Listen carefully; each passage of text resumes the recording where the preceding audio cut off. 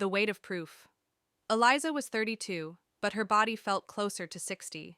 The pain, a tight, fiery vice that gripped her pelvis and lower back, had been a companion for 7 years. It wasn't just cyclical, it was constant, punctuated by episodes so severe they stole her breath. She sat in the antiseptic chill of Dr. Miller's office, the fourth general practitioner in 2 years. Her file, a thick, frustrating tome of negative tests and referral notes, sat between them. "So, Eliza," Dr. Miller said, not looking up from the file, "all your blood work is pristine. You had that MRI last year, nothing structurally wrong.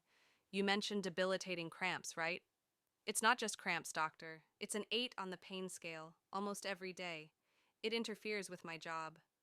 I've missed, I've lost opportunities," Eliza pleaded, leaning forward.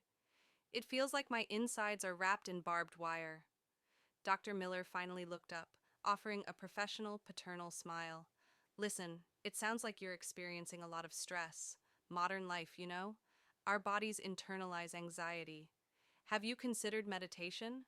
Perhaps a low-dose antidepressant can help manage the perception of the pain, since we can't find a physical source." "The pain is the physical source," Eliza whispered, sinking back into the chair, the familiar knot of defeat tightening in her chest. She left with a prescription for an anti-anxiety drug and another doctor's note implying that her suffering was a failing of her own mental fortitude. For the next 2 years, the pattern repeated. "Have you tried yoga?" "It's normal for women to have painful periods." "You seem hyper-focused on this. Maybe you need to talk to someone about your health anxiety." Each dismissal chipped away at her reality. She started doubting herself.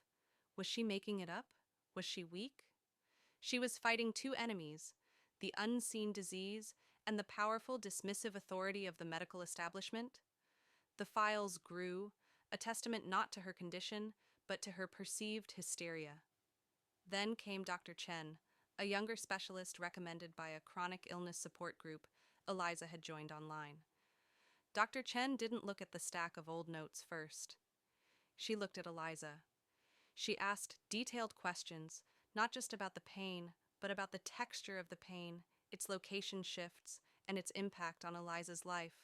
Dr. Chen ordered a specific, minimally invasive surgical procedure that the previous doctors had refused. The recovery was grueling, but a week later, Eliza was back in the office. Dr. Chen sat across from her, calm and grave. "Eliza, we found extensive endometriosis," Dr. Chen said, placing a diagram on the table. "Stage 4. It had fused your left ovary and colon. It explains everything you've been through." The words struck Eliza with the force of a physical blow. A diagnosis, validation, the pain was real. It had a name. A wave of intense, blinding rage followed the relief. 7 years, Eliza said, her voice shaking. 7 years of being told to meditate, 7 years of anxiety medication, 7 years of being told it was stress while this fire was consuming my organs. She stood up, tears finally spilling over, but they weren't tears of sadness. They were acid. She pointed at the thick file on the desk, the years of dismissals. "I lost my best years. I lost my career momentum. I lost my sanity because I needed proof that I wasn't lying, that I wasn't broken," she spat out, the anger a profound grief for the time stolen by systemic gaslighting.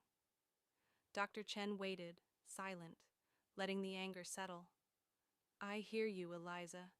The diagnosis is just the beginning. The next step is healing both the physical injury and the trauma of how you were treated. But today, you walk out of here with the truth, and that truth belongs to you." Eliza looked down at the diagram, the fiery red lesions finally visible. She had the proof, and though the pain hadn't vanished, the terrible, lonely burden of having to prove it had.